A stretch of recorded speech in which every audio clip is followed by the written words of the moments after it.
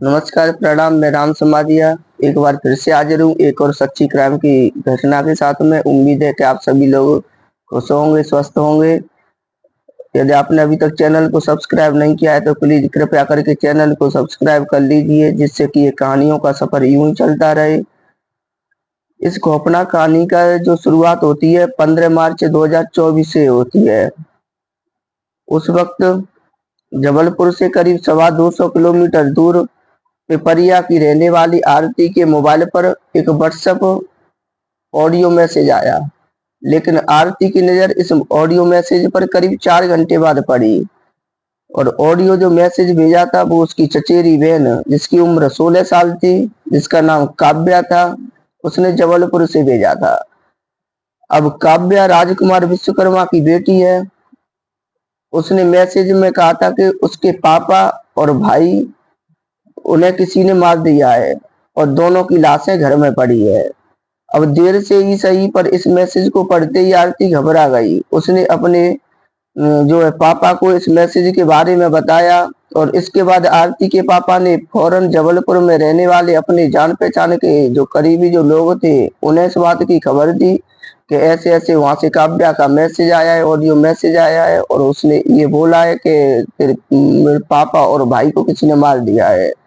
तो जैसे ही उन्होंने भी ये खबर जबलपुर में अपने जान पहचान के लोगों को दी, तो सभी जो है विश्वकर्मा जो उसके जो उनके जो भाई जो राजकुमार विश्वकर्मा जी जो वहां पे रहते थे जबलपुर में, तो वो लोग उनके घर की तरफ दौड़े। जब वहां पे पहुंचे तब तब तक दोपहर के करीब करीब 3 बज चुके थे। अब 3 बजे के आसपास पुलिस को पहली बार इसकी जानकारी मिली। पुलिस की टीम फौरन रेलवे कॉलोनी पहुंची। घर का दरवाजा बंद था, जबकि घर के पीछे बालकनी की तरफ से दरवाजा गैस कटर से कटा हुआ था। अब घर में दाखिल होते ही पुलिस की नजर सबसे पहले जो किचन में एक पन्नी में लिपटी हुई लाश पर पड़ती है। किचन में जो है चारों तरफ खून था। लाश की शिनाख्त राजकुमार विश्वकर्मा के रूप में हुई। अब घर में विश्वकर्मा के अलावा उनकी एक 16 साल की बेटी काव्या और 8 साल का उनका बेटा तनिष्क भी रहते थे। अब पुलिस को उन दोनों की भी तलाश थी। तो राजकुमार जो राजकुमार जी की जो पत्नी थी वो 2023 में उनकी किसी बीमारी की वजह से मौत हो गई थी। तो पुलिस घर में चारों तरफ जो बाकी के जो दोनों बच्चे थे उन्हें ढूंढ रही थी, लेकिन कोई और मिला नहीं, न बेटी न बेटा। तभी एक पुलिस वाले की नजर घर में रखे हुए फ्रिज के जो दरवाजा होता है उसके हैंडल पे पड़ती है। तो उसमें हैंडल पर चूंकि खून के जो छींटे थे, खून के धब्बे थे। इसी के बाद जब पुलिस वाले फ्रिज का दरवाजा खोलते हैं तो अंदर पन्नी में लिपटे हुई उस एक लाश मिलती है, और ये लाश थी राजकुमार के 8 साल के बेटे तनिष्क की। अब घर में रहने वाले 3 लोगों में से 2 की तो लाश मिल चुकी थी, लेकिन काव्या घर में कहीं नहीं थी। तो घर के पीछे बालकनी का दरवाजा गैस कटर से कटा हुआ था। अब जिसे देख करके पुलिस ने अंदाजा लगा लिया कि शायद कातिल इसी दरवाजे से घर में अंदर दाखिल हुआ। और लेकिन घर के अंदर घर की तीसरी सदस्य काव्या की ना तो लाश मिली और ना ही खुद काव्या। तो क्या कातिल काव्या को किडनैप करके अपने साथ ले गया? कहीं काव्या का भी कत्ल तो नहीं हो गया? आखिरकार जो राजकुमार विश्व शर्मा के परिवार के किसी को जो ऐसी क्या उनसे किसी को दुश्मनी होगी? इन्हीं सवालों के जो है जवाब के साथ में जो पुलिस ने आगे जो तफ्तीश शुरू की। अब ये राजकुमार जी का परिवार जिस रेलवे कॉलोनी में रहा करता था, उस कॉलोनी में सीसीटीवी कैमरे भी लगे हुए थे। अब पुलिस ने अपनी जो जांच पड़ताल शुरू की तो तभी कैमरे में एक कैद तस्वीर पर पुलिस की नजर पड़ी, तो खुद पुलिस भी चौंक उठी। ये वही तस्वीर थी। 15 मार्च की दोपहर करीब 12 बजे इस रेलवे कॉलोनी से एक लड़का लाल रंग की स्कूटी पर सवार होकर के निकलता है। जैसे ही वो लड़का कॉलोनी के गेट से बाहर निकलता है, तभी एक लड़की ठीक उसके पीछे पीछे पैदल बाहर की तरफ निकलती है और उसी तरफ मुड़ती है जिस तरफ स्कूटी के साथ वो लड़का मुड़ा था। और वो लड़की कोई और नहीं बल्कि राजकुमार विश्वकर्मा जी की बेटी काव्या थी। अब दिन के उजाले में काव्या की इस तस्वीर को देखने के बाद पुलिस ने रात की सांस ली कि कम से कम चलो काव्या जिंदा तो है।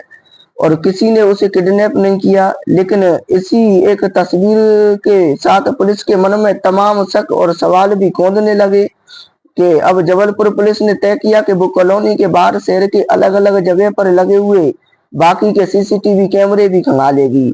अब इसी के साथ पुलिस की कई टीमें जुट गई। अब थोड़ी ही देर बाद पुलिस को पहली कामयाबी मिली।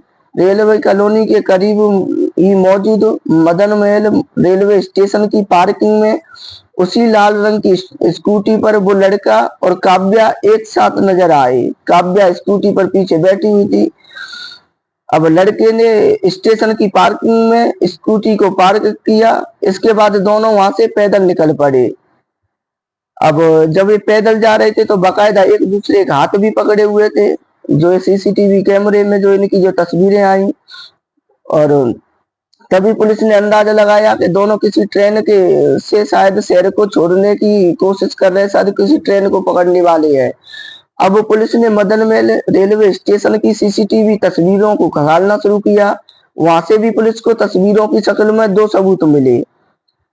दोपहर लगभग लगभग 12:59 पर काव्या और वह लड़का पहले रेलवे स्टेशन के अंदर दाखिल होते हुए दिखाई देते हैं और फिर एक दूसरे कैमरे में स्टेशन से बाहर निकलते हुए भी दिखाई देते हैं।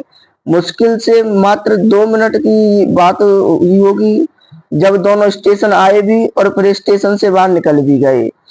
अब उनके इस आने और फौरन लौट जाने से ऐसा लगता है कि मानो वो स्टेशन कोई ट्रेन पकड़ने नहीं आए थे, बस वो सिर्फ आकर के लौट जाने के लिए ही आए थे ताकि वो पुलिस को गुमराह कर सके।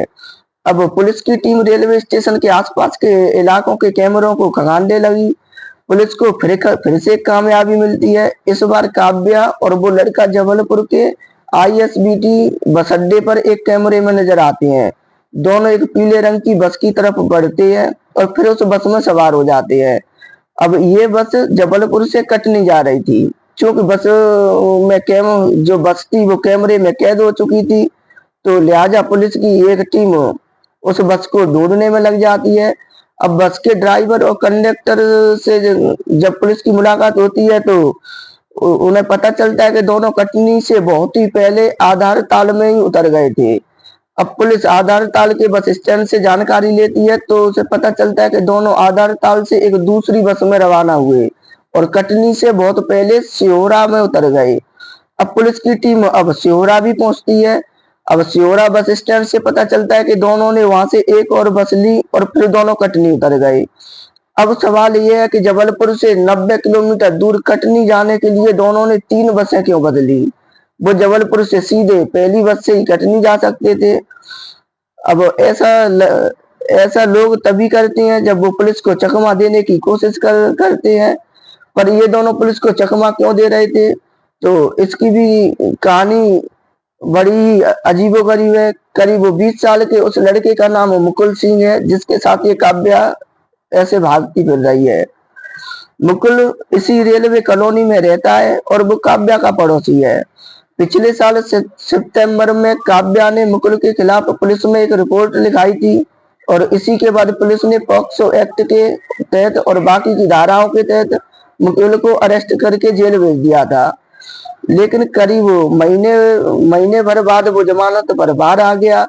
सितंबर में इस रिपोर्ट को लिखाने के साथ साथ काव्या के पिता राजकुमार विश्वकर्मा ने अपनी बेटी को अपने भाई के घर पिपरिया भेज दिया था और तब से काव्या पिपरिया में जो है अपने ताऊ जी के घर पे ही रह रही थी। अब 10वीं की स्टूडेंट काव्या का इसी महीने जो है मार्च में जो है एग्जाम, जो बोर्ड के एग्जाम थे, तो वो अपने एग्जाम देने के लिए जबलपुर उसे आना था और वो बस इसी बात का इंतजार कर रही थी। वो जबलपुर आई। अब आप सोच रहे होंगे कि जिस मुकुल की वजह से काव्या को जबलपुर से पिपरिया जाना पड़ा और काव्या की वजह से मुकुल को जेल जाना पड़ा, तो फिर भी ये दोनों एक साथ क्यों भाग रहे हैं? तो इसके जवाब भी बड़ा ही अजीब है। तो दरअसल कत्ल से पहले जो फरार होने से पहले कत्ल करने जो इन्होंने कत्ल किया था, तो उसके बाद में जब ये लोग फरार हुए तो इन दोनों ने अपने जो है मोबाइल फोन अपने अपने घर पे ही छोड़ दिए थे। अब लड़की अपने साथ मोबाइल जो लेकर के गई थी वो अपनी माँ का मोबाइल फोन लेकर के निकली थी, ताकि पुलिस उन्हें मोबाइल के जो फोन के जरिए ट्रैक ना करे। अब ऐसे में पुलिस ने दोनों के घर से उनके जब मोबाइल फोन जब बरामद किए, तो जब उनकी जब जांच की गई, तो पुलिस को मोबाइल फोन की सीडी या रिकॉर्डिंग्स और चैट हिस्ट्री की पड़ताल की, तो पता चला कि जो बेटी थी वो पिछले 6 महीने से ही अपने पिता के और भाई के कत्ल की साजिश रच रही थी, और इसे लेकर के वो दोनों प्लानिंग कर रहे थे। और जब ये बेटी जबलपुर आई, जब ये मिले, तो फिर इन्होंने इसने तय कर लिया था कि चाहे कुछ भी हो जाए, लेकिन मुझे जबलपुर से वापस पिपरिया किसी भी हालत में नहीं जाना है। अब पिछले साल सितंबर में मुकुल अपनी नाबालिग गर्लफ्रेंड को लेकर के भोपाल भाग गया था, जिन्हें पुलिस ने वहां से बरामद कर लिया था। लेकिन इसके बाद लड़की के पिता राजकुमार विश्वकर्मा ने अपनी बेटी को जो बेटी के जरिए मुकुल सिंह के खिलाफ बाल यौन उत्पीड़न यानी पॉक्सो एक्ट की धाराओं के तहत मुकदमा दर्ज करवा दिया था, और बेटी को अपने बड़े भाई के घर पिपरिया भेज दिया था। लेकिन इन्होंने बेटी का मोबाइल उसी के पास रहने दिया, और इसी मोबाइल से वो अपने बॉयफ्रेंड मुकुल के संपर्क में हमेशा बनी रही, और हमेशा ये अपने ही पिता और भाई को मारने के लिए उसी मोबाइल फोन के जरिए हमेशा प्लानिंग करती रही। और बस इसे इंतजार था, तो इसे सिर्फ इसी बात का था कि जैसे कि मैं एक बार यहाँ से पिपरिया से जबलपुर पहुंचूं, और वहां पे जाकर के अपने पिता और भाई का कत्ल कर देना है, और चाहे कुछ भी हो जाए, लेकिन वापस पिपरिया नहीं आना है। और इन दोनों ने बाकायदा पूरी प्लानिंग की, और एक ऐसी प्लानिंग की कि अभी तक पुलिस की ये दोनों ही गिरफ्त में नहीं आ सकी है, अभी तक ये भाग रहे हैं। फिर इनकी लोकेशन एक बार पुणे में भी मिली, वहां पे इन्होंने एक ऑनलाइन ट्रांजेक्शन भी किया था। लेकिन हैरानी की बात है कि ये दोनों ही इतने शातिर अपराधी हैं कि ये अभी तक पुलिस की गिरफ्त से बाहर है। फिर उम्मीद है कि ये दोनों जल्दी ही पुलिस की गिरफ्त में होंगे, और इन्हें कठोर से कठोर का सजा मिलेगी। तो इसी के साथ में कल फिर से मिलते हैं एक और किसी सच्ची क्राइम की घटना के साथ में। तब तक के लिए अपना और अपनों का ख्याल रखिए, मिलजुल करके रहिए। जय हिंद, जय भारत।